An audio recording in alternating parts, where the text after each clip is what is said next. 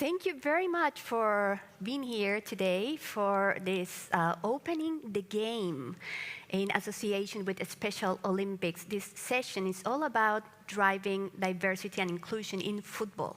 So thank you very much for being here, for staying here. I'm going to introduce our speakers. They have amazing stories and amazing things to talk about. Let's start with André Peeters, football consultant at Special Olympics Europe and Eurasia. Welcome.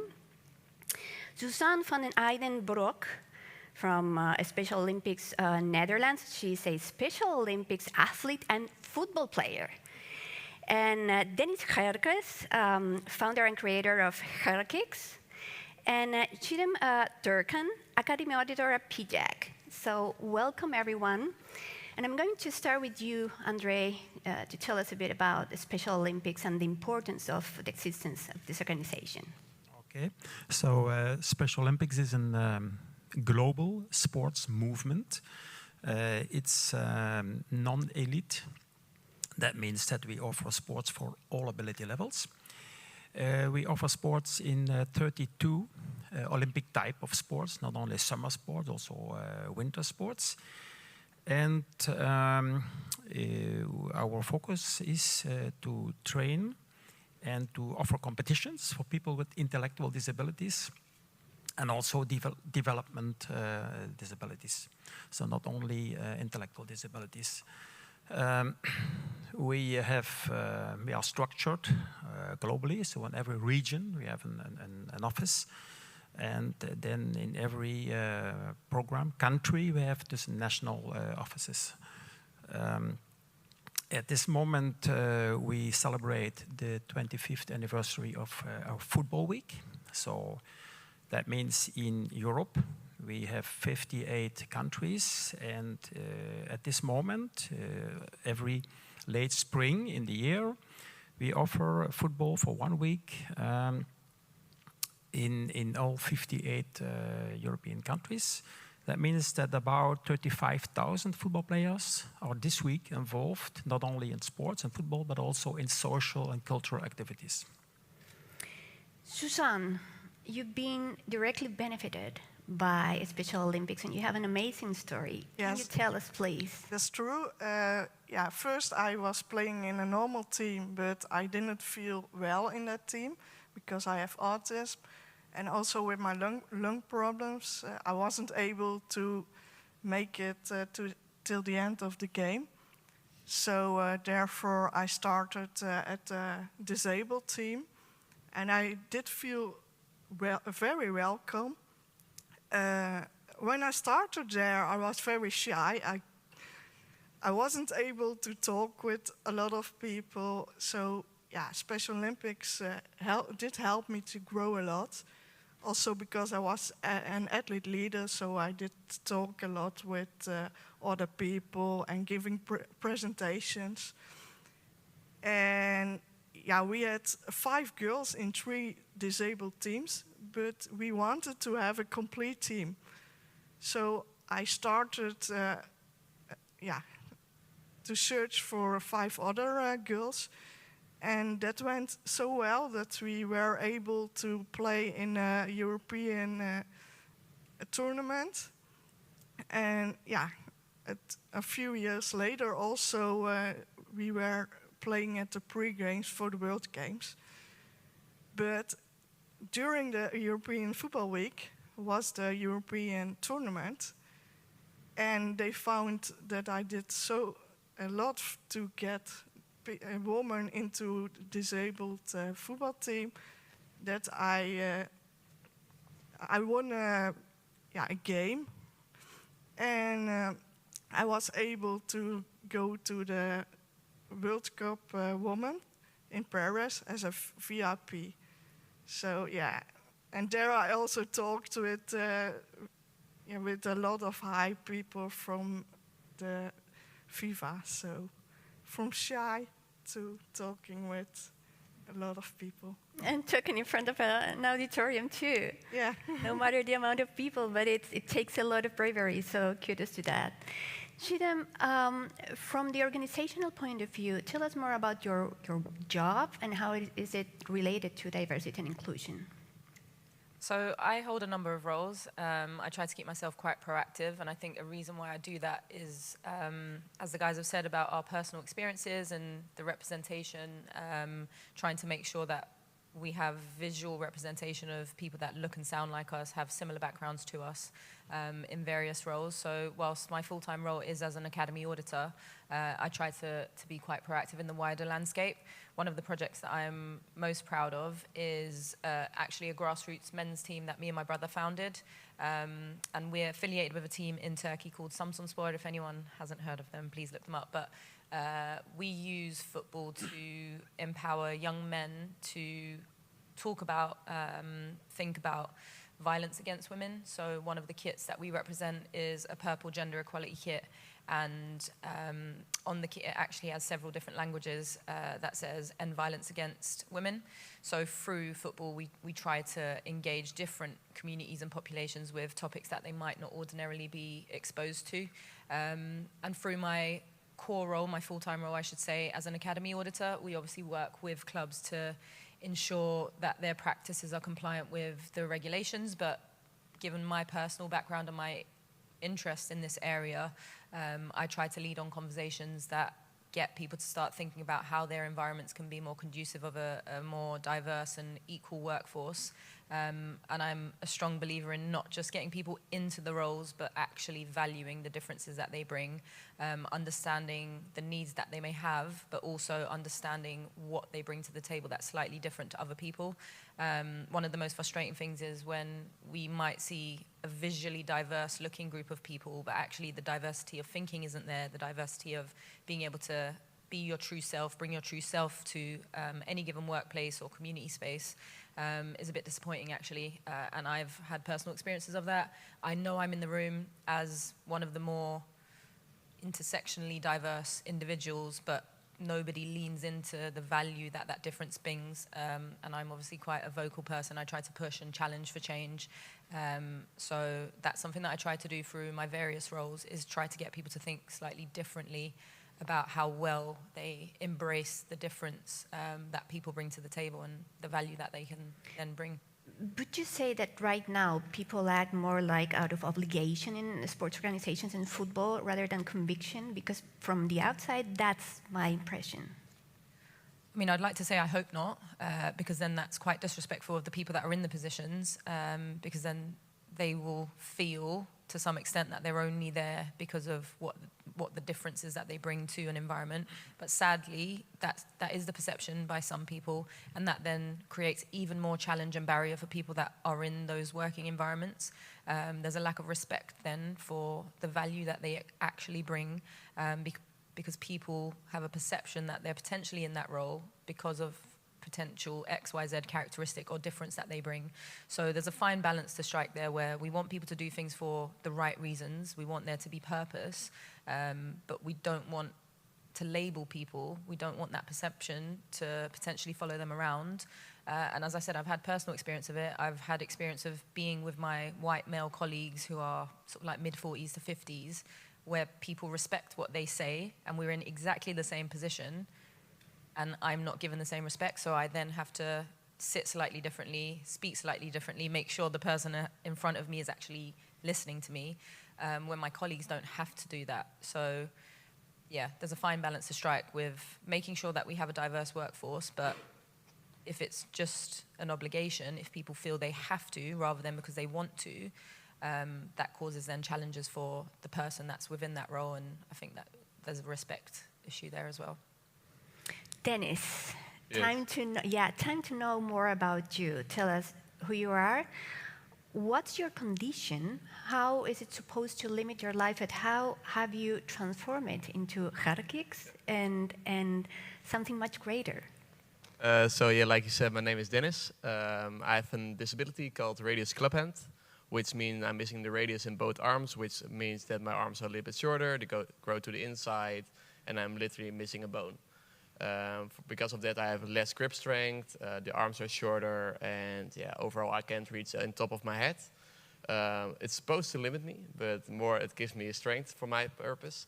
I did start Gerkicks, the company talked about 4 years ago, which I just put down my phone, shot a couple goals, and like, okay, if it's fun, it's fun. And with that, still that intention that it has to be fun for me, but also for the people that watch it. It grew to an audience over almost 500K followers, which is really big. And I really love doing it. And I get to meet one of my youth heroes with multiple pro players worldwide. We've been to an Espanyol, Everton, multiple clubs in Holland. And the best thing is that you can inspire and motivate other people. For example, I got a mother a couple months ago who messaged me from I have a little boy down who had the same condition as you. And he's scared to play football. And can you make a video message for him to give him some courage that it's possible to play even with this kind of condition. And she told me that he watched the video, that he did cry, and now he plays football with a smile on his face. Fantastic. What's your Instagram account? Gerkicks. Okay, just Gerkicks. Yeah, fantastic. André, tell us what's the status right now, or how you see it, how you perceive it, and how you actually evaluate it in the world of football regarding diversity and inclusion, and what are the best practices? What's the status now? I work for more than 35 years for Special Olympics, so I can compare. That means 35 years ago, yesterday I saw this nice football game on the pitch during the reception of VIPs, and I was thinking by myself at that moment, 35 years ago, that was not possible at all. So we had really to go and convince parents and convince teachers to take them out of their homes, out of the schools. So, and this is where it started. When I see now the story that they are brought by parents yesterday, they have real coaches, they look good, they have really good uniforms, good football shoes, they have fun, then I think that's a big step we already made. To answer to your question regarding diversity, one goal we have is, and we are struggling with that for many years, to have more girls on the pitch. And it's not only in Special Olympics, it's also in mainstream football, it's the same issue. And a couple of months ago, we had our European conference, and we invited somebody from the Liverpool Foundation. And she had a nice video from 𝐎𝐸𝐞𝐧𝐢𝐬𝐿, and he explained why he thinks that girls are, afraid to play. And he said the biggest mistake we make is to mix them with boys. The rule in UEFA, FIFA is that until 12 years, they can play together. And according to 𝐎𝐸𝐞𝐧𝐢𝐬𝐿, that's wrong. He says you have to find a way to have women team, because women football is different than boys football. Girls and boys, they play just in free time in a different way. So they play football in a different way. From the moment they get 12 years old, boys are getting stronger, start insulting girls. So he had a very nice video. So he had a classroom of 30 girls, and they told him in this video that they are really afraid, also physically, but also in terms of being insulted. You can play football, you're weak. And then there was a huge drop down of girls in football. So during our conferences, we had a topic, girls football, and we were sitting in workshops together how we could increase, of course, girls football. But it's not easy. I think there's a long way to go. If this is an answer to your question, so this is one of our main topics we have in the future, is to have more girls on the field. Now it's 1 on 10. So if you see in Football Week this week, we have 35,000 football players playing. In Europe, in our 58 countries, we have 100,000 or 105,000 football players. A minority is girls. Every year we have the 𝐎𝐲𝐞𝐧𝐢𝐧𝐠 Cup, the biggest youth event in the world. 30,000 young players. We have our Special Olympics competition, 30 teams in there. We cannot find 3 teams of girls to compete in this big 𝐎𝐲𝐞𝐧𝐢𝐧𝐠 Cup. Again, so this is really, for us, this is something to do research on and to try to convince them to come to the football field and to stay there and not drop down when they get 12 years old. Suzanne, you assembled a whole team, a whole women's team, to play at a tournament. How did you convince them? Because André is saying clearly it's not easy. No, it's very difficult. I also found out. I was on the national television, and that was the biggest step. So then people were thinking, oh, I think we like it. But yeah, what André also did say, there's a lot of dropouts. And that makes it hard to get a full, and to stay as a full woman team. And actually it starts at 14, the dropout. It's quite sharp. But Çiğdem, tell us, what are the best practices for diversity and inclusion? What should organizations, sports organizations and football clubs, football organizations should be doing to drive more inclusion? Well, obviously, the strategies have to be quite specific to what angle of diversity and inclusion you're trying to work on. So if, for example, it was to do with women and girls, as you guys have all said, you have to look at the trends, what's the data telling you, and then try and understand the reasons why. I think a lot of the times the reason why certain initiatives don't really land well or don't end up having the impact that we'd all hoped is that it doesn't actually engage the audience that it's meant to when it comes to the actual delivery stage. So when you're working on initiatives, I mean, to me, it would be a no-brainer to actually engage with the people that you're trying to get involved or trying to impact through that initiative. So I think that's probably one of the biggest fallbacks that we see, is that people can sit in a room very detached from the community and the environment that they're trying to impact and come up with something that looks really great on paper, branded really well, but then doesn't land well with the people that it's meant to be engaging.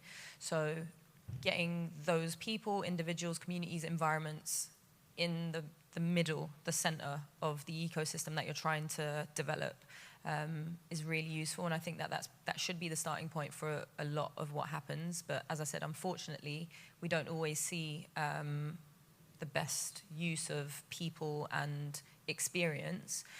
Nothing beats a lived experience, but we can't all have a lived experience that somebody else has had. We all have very different lived experiences, so my barriers will be very different to yours, etc., etc. This panel could come up with a whole host of different barriers and challenges that they face, so it's really important to understand really specifically what you're trying to impact and influence, and then try and engage with that community and that set of people, and again, not be detached from the environment, because again, you might engage with people, but they might not then have the same impact in the environment. And I always say this, for example, best football players in the world, great player, has a transfer to another club, the environment just doesn't suit them, they're not playing at their best, they can't perform at the levels that we're used to them performing, and we then say, you know, there's a drop in that person's performance, but we don't look at how the environment contributes to the way that they've been able to present themselves. And this is why in the opening statement I made the reference to being able to encourage people, embrace people in their whole self, so that they can bring their most genuine, authentic selves to an environment. So for me, that would be like the one big thing that I'd like to see more of a shift, is people take the time, effort, energy, resource, whether that has a financial impact as well, to really use that to understand the impact that they're trying to make and bring those people along the journey, so that we don't just have these great fancy looking initiatives, but we don't actually have the impact at the output stage. I want to tell you that if you want to add up anything to what any of you is saying, just don't wait for me to give you the floor. Just, let's try to flow in the conversation. If you come up with anything, just take the microphone and talk. Ger, how do you make your content? How do you plan it? And are you always thinking about making it about inspiration? It's just you having fun, wishing that you will inspire other people? Mostly the last one. When I started, it was not like specifically to inspire people in the sense of, look at me, I got a disability and this can I do, and I'm sad or I'm this good at this. No, more like, okay, we do really awesome things, and because of that we can inspire and motivate people. So the main goal wasn't at the beginning to inspire people, but it came with it. So when we make the content, we look at the trends, we look at certain type of hooks, and things that can motivate, amuse people, and everything that else can happen with a video, so it can go viral and reach the broadest audience as possible. So yeah, we make a content calendar with it, so we post 2 times a day. And there's like a structural type of videos every Monday at let's say 5 o'clock.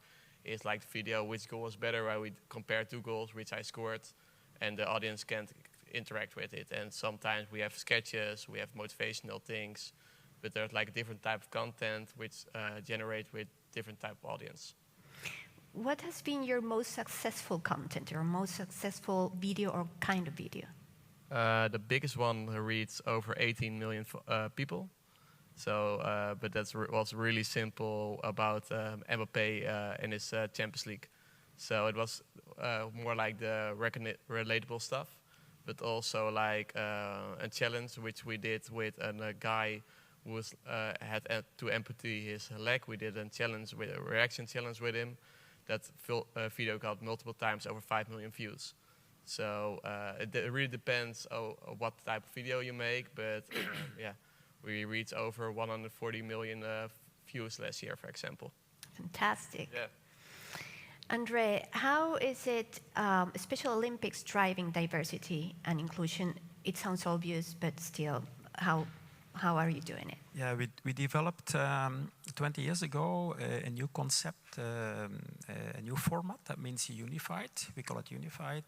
Before, to integrate, that was like you go with your club to a mainstream football team, and there you use the same facilities. We thought there must be a way, on top on that, to have also people with and without disabilities together on the field. So we created this format, and that format was growing. So people with and without disabilities in one team, half-half, and they play competition.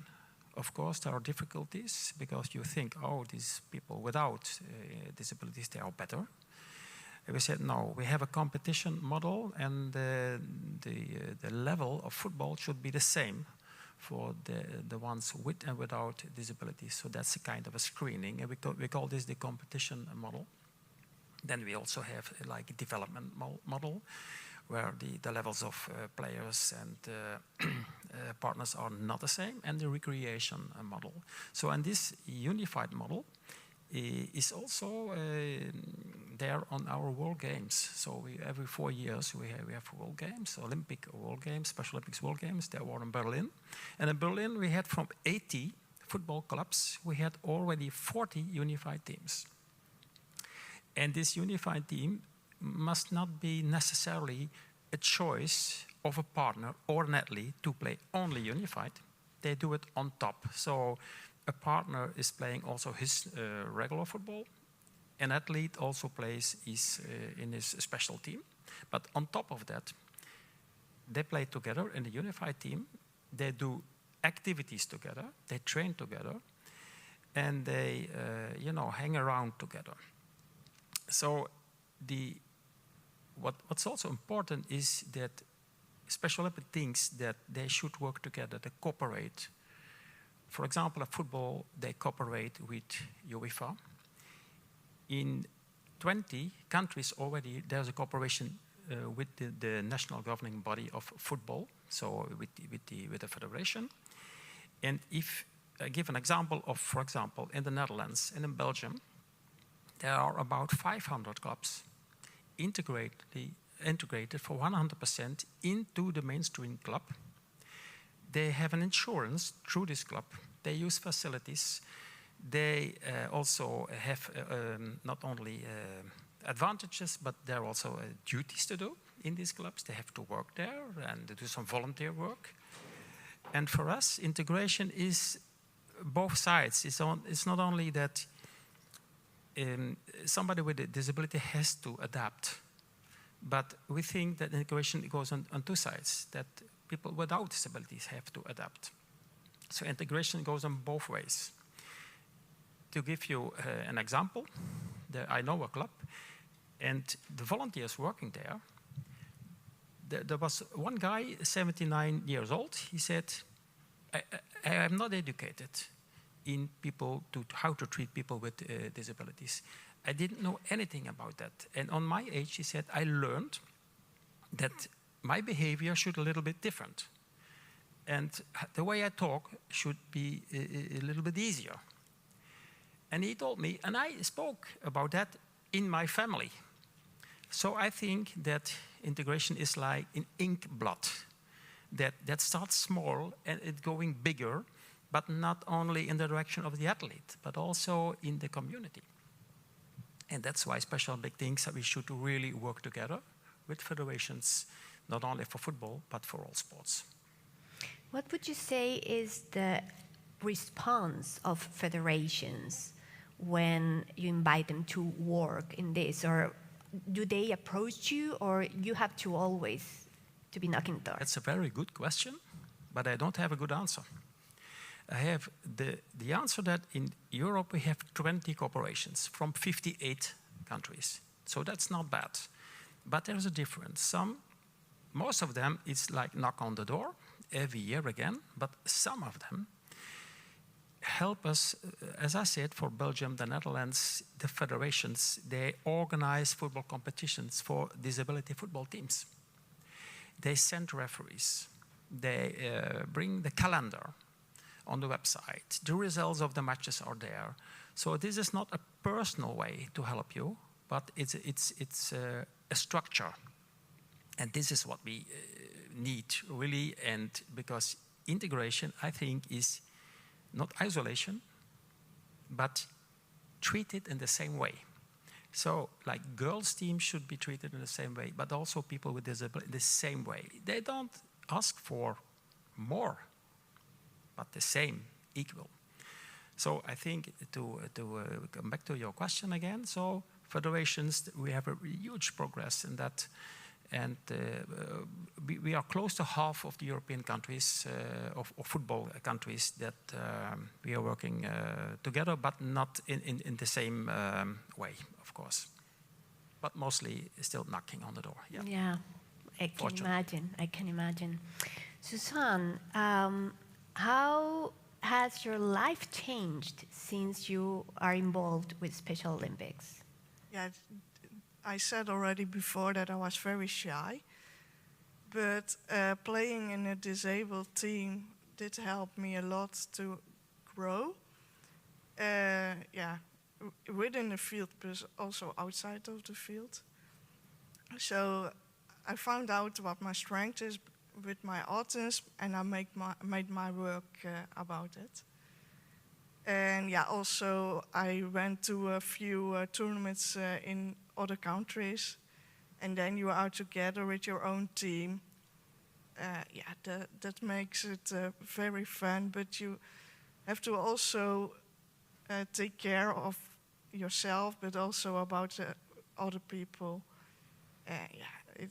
It's so nice to be part of that team. So it has given you a feeling of belonging, I guess. Yes, that's true. But also, about Unified, we have a group of students that are giving us training. And one time in the year, we play together. But first it was against the students. And now my husband and I had a presentation there, and we said against the students and the teachers, maybe it's better to not play against each other, but mix. And yeah, we did that the last year, and it was very nice. The students said also, we have to do that more often. Fantastic. Çiğdem, I saw you nodding a lot when André was answering the question. And I would like to ask you, we talked about lots of challenges, but what are the progresses that you've seen? Have you had breakthroughs in your job, or have you seen breakthroughs, for example, like beside that's more positive maybe? I mean, we've seen a lot of uplift, increase in the resource and time that people are putting in to try and do better. I'm not going to say that the output and the impact is always what we expect, but we know that there is more of a conversation. Yes, more recently, and because of like the political world, there's been some conversation about holding back on certain diversity and inclusion initiatives, but for the most part, we're seeing clubs, fans, people that work in the space, people that volunteer in the space, be more proactive in supporting initiatives, bringing initiatives to the forefront. As I said, sometimes that could just be really good PR, that could just be really good marketing and communication. So I'm not going to sit here and say that every campaign we see on our screens is really impactful, or that the organizations that put out these initiatives live and breathe those same values. I'm not going to say that to you, but we can see that it's a little bit more visible, and therefore some people may feel more comfortable having the conversation, notwithstanding that sometimes when you do challenge and call out, you do have an unpleasant experience. So I think probably the biggest improvement that I've seen is there's a handful of people that will support you if you were to stand up against something, to challenge something. So people, at the end of the day, they can make or break anything, right? So I think we've developed better people over time. And I think people, and I'd like to think that I'm one of those people myself, have built a confidence to stand up and challenge things that they're not comfortable with. I openly have conversations with people saying, I'm no longer going to be in X environments because the values just don't align with mine. And when you feel that misalignment, sometimes we just need to be strong enough to step away or call it out, challenge it. If we can't have impact in certain environments, we have to be confident enough to move away and try and redirect our attention to have the impact in different ways. So I think people is probably the best improvement that I've seen. Discussions that people can lead, people can have. But I do think there is still a lot of work to be done, but we shouldn't ignore some of the good work that has happened. There are a lot of initiatives to improve the diversity of the workforce in the UK, and I know that, again, on a personal level, people level, the people that are part of the programs benefit from them. My only challenge, I guess, would be for the industry to think about the longevity of those people's careers. So once we provide diversity through initiatives and campaigns, how do we then ensure that those people are looked after within the industry so that they don't fall out of the industry, they remain part of the game, they're able to then contribute, again, at their best, all coming back to the same theme that I've said from the start. It's not just about getting people into positions, it's about how well they're able to then operate. So yeah, we've seen activity. It's been an active space. I don't think anybody can deny that. But again, like based on all of our experiences, everyone's experience, we then have to start looking at the impact of the activity and the noise that we've seen in the space. We have around 10 more minutes to go. So if you have questions at the end, we're going to leave the last 5 minutes maybe to ask questions. So we're going to keep talking for around 6 more minutes. And Dennis, how important is for you the power of representation? You talked in the beginning, you said there were people asking you for videos for people with the same condition to encourage them to do something similar to you or to show them that it's possible. So how do you see, how do you feel the power of representation? Yeah, it's always important to find something relatable in someone, and it can be in the looks, it can be in type they talk, the way they present themselves. So when you notice you come to certain type of places and people see you, they're like, oh, it's common that someone like me, for example, can be up here or play a certain type of sport, and people can relate to it and be motivated by it. So it's not like, okay, I've never seen that, so for me it's scary. But because you see it more often and often, it's more relatable towards it, and it gets more acceptable. How did you overcome the fear to put yourself out there? The fear to put myself out there, that's a good question. I come from an environment where I'm fully accepted, and I have great friends and family around me where they fully accept me and always like, okay, if you want to do something, go for it. And with my passion, ambition, what I want to do, with the football content, to inspire people, at some point it came with it. And then you get invited to certain type of places, go to events, and they want to hear your story. And you're like, okay, now I'm not going to back down now, and I want to tell my story, who I am, where I came from, and how I came up here. I want to give you all for the last 5 minutes to make final remarks, whatever you want to mention, whatever that wasn't touched on during the conversation. What do you, maybe final message that any of you or all of you four want to tell us this morning? Or no, it's already past 12, so yeah, this afternoon. So I would like to say something about a new challenge we have now in Special Olympics. That means refugees. So we have also a new initiative to work together, to play sports together with refugees in our unified program. So we had, for example, last week in Romania, there was a very nice football tournament, a unified, playing people with disabilities together with refugees, a tournament just to help refugees to integrate in the environment where they are from one day to another. And so it's a little bit the opposite way, because the goal was to use, to have unified for the athletes, but now the athletes are on the other side. So they are like a partner to help refugees to come in. Someone else? Çiğdem, last words? Or Suzanne? Yeah. I hope that I can continue to inspire other girls and women with a disability to play. And what I also like is that I see people growing. So what I did, that I see that also with other people. That's a super beautiful intention, Suzanne.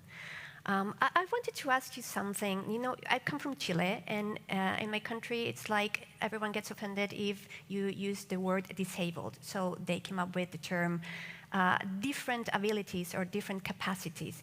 But you live it on a daily basis. Is that just an euphemism, or it doesn't matter? How do you feel it? You know, it's should we call it this? Because I see it's just different capacities, actually. You can do things that I can't, and you know, it's just difference. Yeah, in Holland you got the term disabled or limited. Or minder valid ook. Yeah, we call it in Dutch is beperkt. Yeah. But when I was younger, I hated the word disabled. So I told people, oh, it's this or this, and at one point you're like, okay, call it whatever you want. But I see myself this way, and I want to show myself a certain type of way, and at some point I wouldn't say you have to accept me, but if you don't like me, why are you with me? And go find the right people around you and surround yourself with the right people who will accept you. And that's the most important thing, to find the right friend group, family, and the right people in your surroundings. In Special Olympics, we call it special. But if you are in an environment like this and you want to explain something, you cannot talk about special. You have to give it a name, what it is about, to make it understandable for people. So in general, we say special. I think that's also part of the of the labor of education, I guess, for normal people. It's no such thing as normal. I think it's just we are all different. That's it. Yeah. Can I make one more remark about it? Of course. A friend of mine is also sitting in the audience, and we talk constantly about it. But we always say, I'm not disabled. I have a disability, but I'm not disabled as a person. Mm-hmm. And a lot of people who aren't disabled have a disability in the way they think, and the way they act because they find themselves sad or disabled in their thoughts. So I wanted to add that. Good answer. Fantastic. Yeah, we have 5 minutes for questions, so please.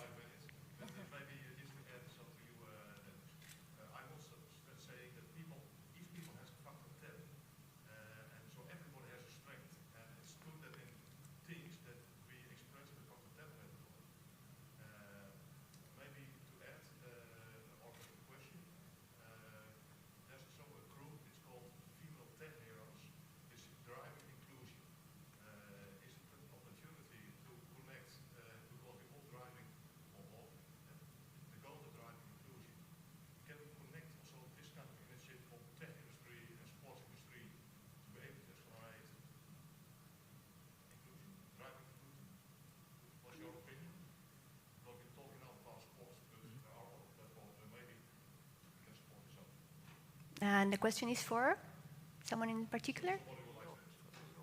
Yeah, sure, I will answer it. Yeah, I think everything can be connected and be diversified in some way. So if you are like some people who are pushed to the background or are shown less, I think there's a way in that power that you can connect towards each other, and it can be through sports or some other platform or some other way. But I think there's always a chance to connect in that way, yeah, definitely. Any other questions? Okay, so last chance, final remarks. So otherwise we are going to wrap up our panel.